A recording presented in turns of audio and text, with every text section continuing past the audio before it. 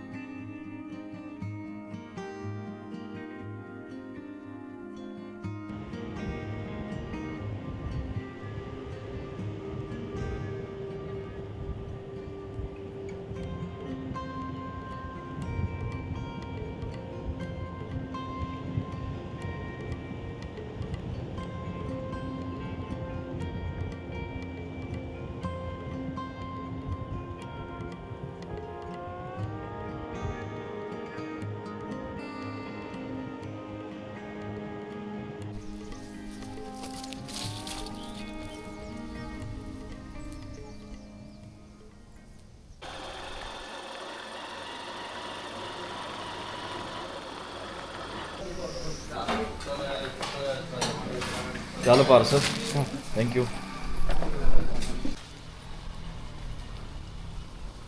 चला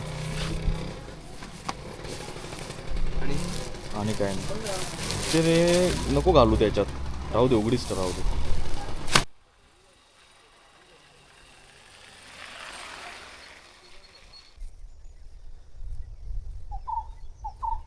सगळा जामानिमा घेऊन आपण आलो आहे आणि आता जेवणासाठी जागा शोधूया. सगळ्यात महत्त्वाचं काम आहे.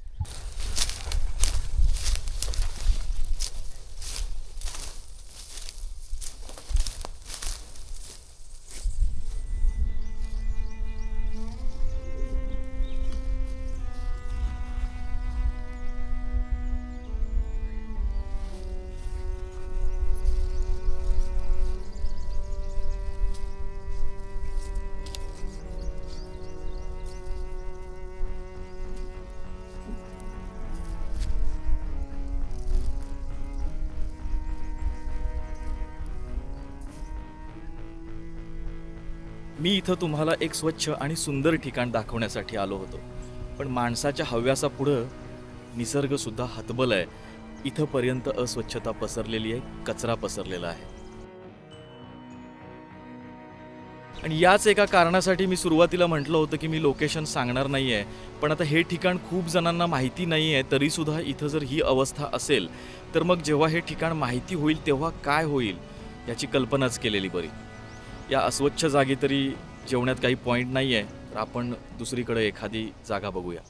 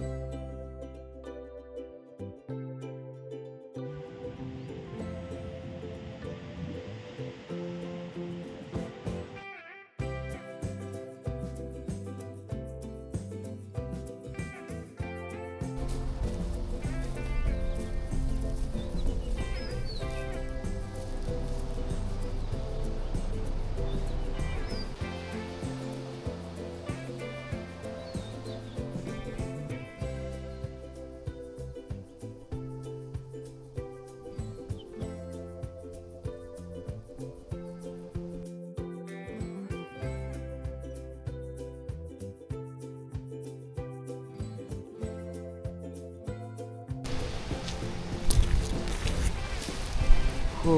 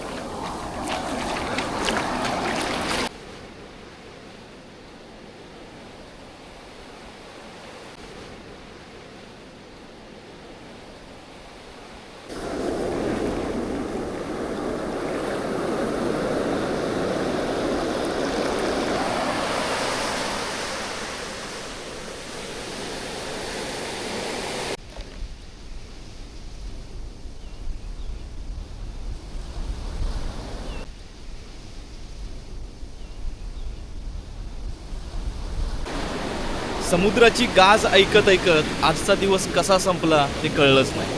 मजा आली, खूप सुंदर निसर्ग बघायला तर मिळालाच, पण त्याचबरोबर एक पर्यटनाची वेगळी बाजूसुद्धा आपल्या समोर आली आहे. इथला कचरा, प्लास्टिकचं साम्राज्य बघून मन व्यथित झालं. तर आपण इथून पुढं एक गोष्ट ठरवूया सगळ्यांनीच, की पर्यटन करताना सुद्धा आपण भान बाळगूया. साध्या गोष्टी असतात, प्लास्टिकचा रॅपर असेल, प्लास्टिकच्या बाटल्या असतील, तर त्या इथं म्हणण्यापेक्षा फक्त बीचवर असं नाही, कुठंही आपण गेलो तरी त्या जिथल्या तिथं न टाकता एखाद्या कचरा पेटीतच आपण टाकूया. तर याविषयी तुम्हाला काय वाटतं ते सुद्धा मला तुम्ही कमेंट करून नक्कीच सांगा. लवकरच पुन्हा भेटू एका नव्या प्रवासात.